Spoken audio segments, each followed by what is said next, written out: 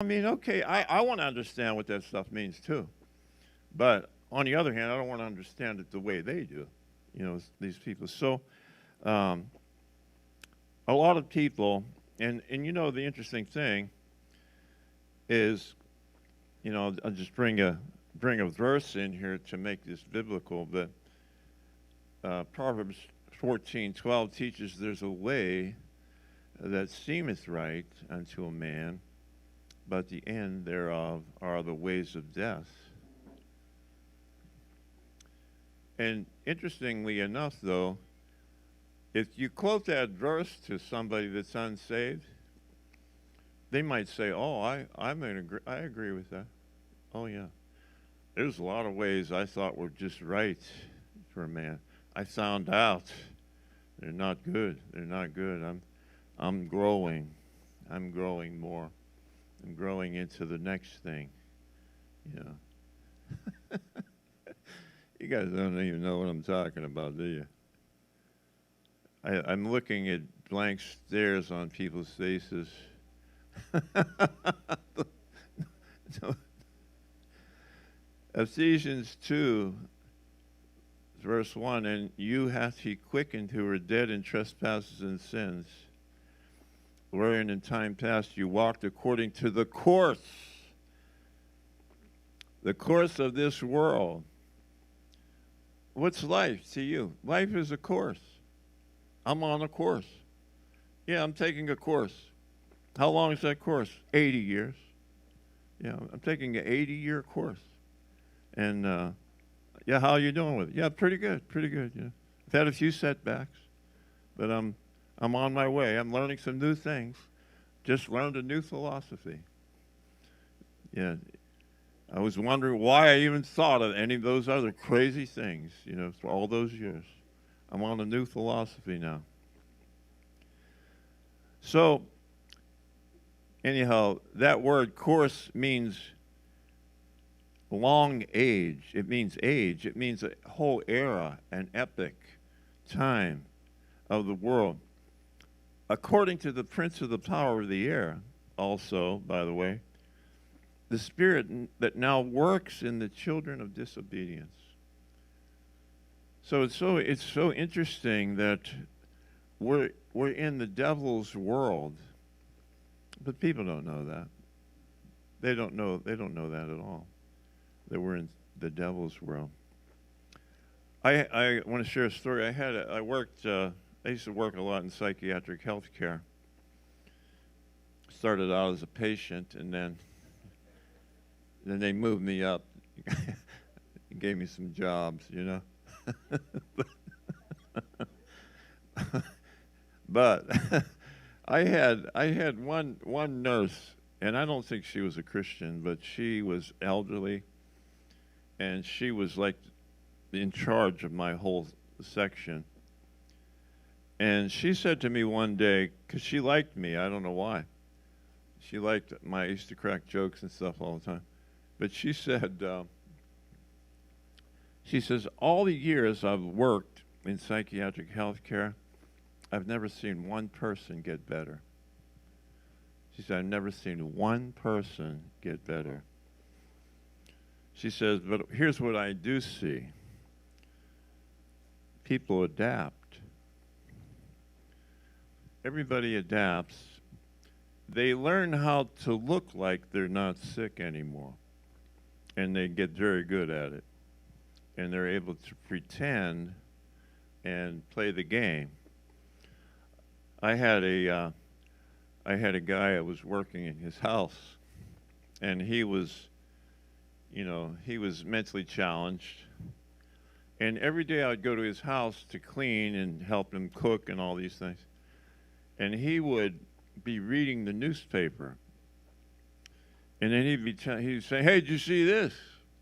He'd be pointing at a picture, And so I went to my superiors one day and I said, Jim, I went in, he was reading the newspaper, and they're all smiling. I said, why, what's up? Jim can't read a word. Jim can't read a word of anything. he just pretends. He's pretending. He's pretending he's reading the newspaper because it looks normal. It looks like what a normal person would do. And maybe he could see, looks at the pictures and kind of gets some idea something's going on here or something. And he says, "Hey, did you see this?" You know, what he means, he means the picture. Did I see that picture? You know, but he's pretending, and it makes sense to me. That's like we learn how to fake it through life is what's going on. And it's like, we think we're growing, and I'm not talking about us here, but other people, them other people out there, they're we're trying to grow, but we're not really growing. We're just going from one thing to the next thing, and we're pretending, and we're becoming more sophisticated, and we're learning how to pretend that we actually are pretty cool, Oh yeah, I'm old, I know a lot, I could teach you a lot, kid. Anyhow, let me close this whole thing by, I didn't mean to elaborate so longly on that ever learning principle, but Tim Keller said this, and Charles Spurgeon actually said this: deep depression of spirit is the most grievous of all trials. And this is what I realize: a lot of people that we meet are deeply, deeply depressed, and they have tremendous emptiness inside of them. Although they're not going to let you at that. They're not going to let you touch that. When I was saved, when I was 26 years old, God showed me in a moment how empty I was inside, and how that I had successfully, contrived ways to cover that up in my life, so that I didn't even know I was so empty. He had to show me. I didn't even know that I was absolutely bankrupt inside. I thought I was okay. So Tim Keller lists some strategies of our discontentment. And these are things people use to cover up the emptiness that's inside of their lives. Number one, when they're young, they say this: I'm young. I haven't gotten to do all the things I'm doing yet. Like young people, it's tough because they have a whole life ahead of them. Still, they think, they'll still have a whole life. So yeah, maybe I've screwed up pretty much so far, but I'm just starting, and I learned a lot by my screw-ups, so I'm moving forward in life. I'm going to learn some new things. Yeah, I meet people all the time. Oh, yeah, I'm starting school with the other. What are you going to do? I'm going to be a therapist, or I'm going to be, I'm going to work on, like some kind of lobotomy machines, whatever. I don't know what people do out there. I'm going to learn how to give people, whatever. I'm thinking, okay, great. I'm glad you're learning something. Anyhow, when you're young, you have like a kind of built-in excuse, But another person we meet, they live in resentment. I would be quite happy if it wasn't for